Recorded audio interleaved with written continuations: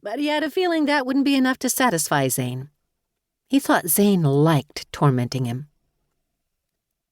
It was as this thought entered Lash's mind that he first felt the itching, creeping sensation around his ankles and calves, and then higher.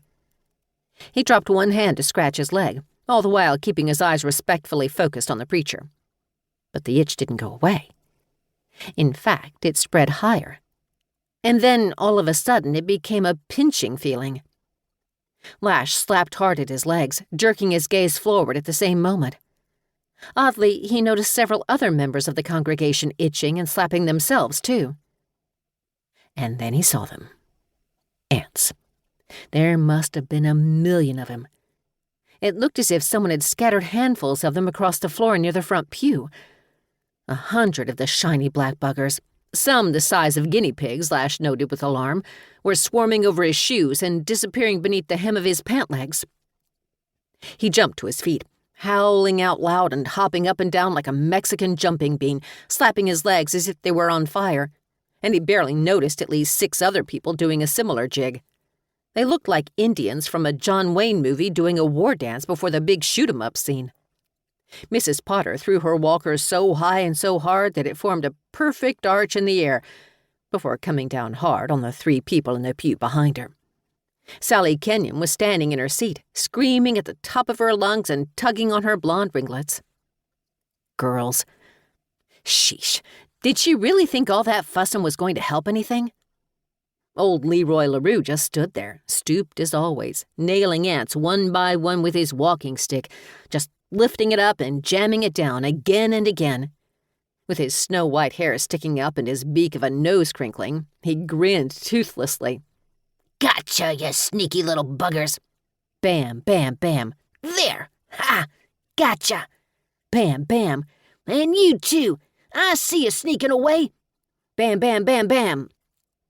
Lash would have laughed at Leroy's counterattack if he hadn't been so busy trying to shake the entire ant army out of his pant legs.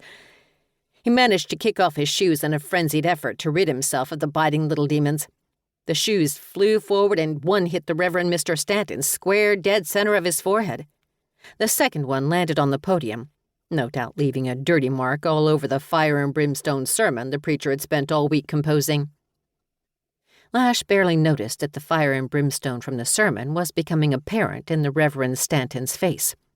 He was too busy hopping on one foot to peel off the other sock and then reversing the procedure.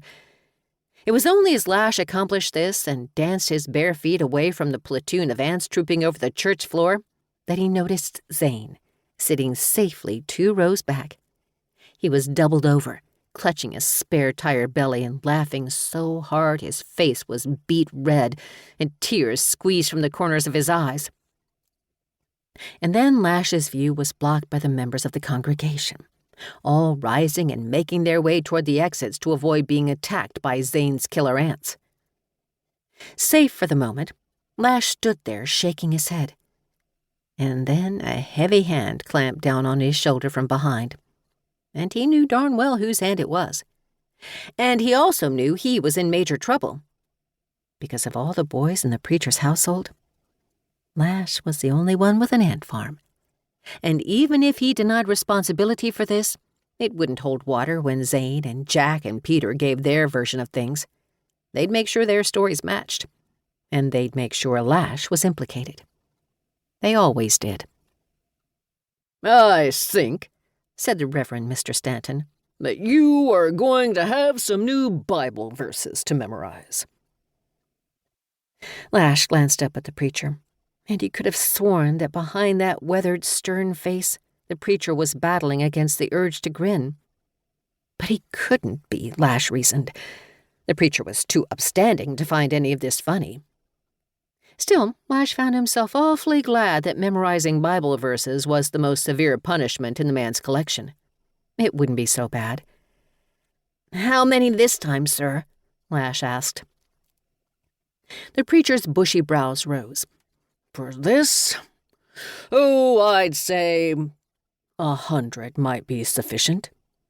100? The preacher nodded. "You may recite them before the entire congregation next Sunday. After you've delivered your apology to them, of course."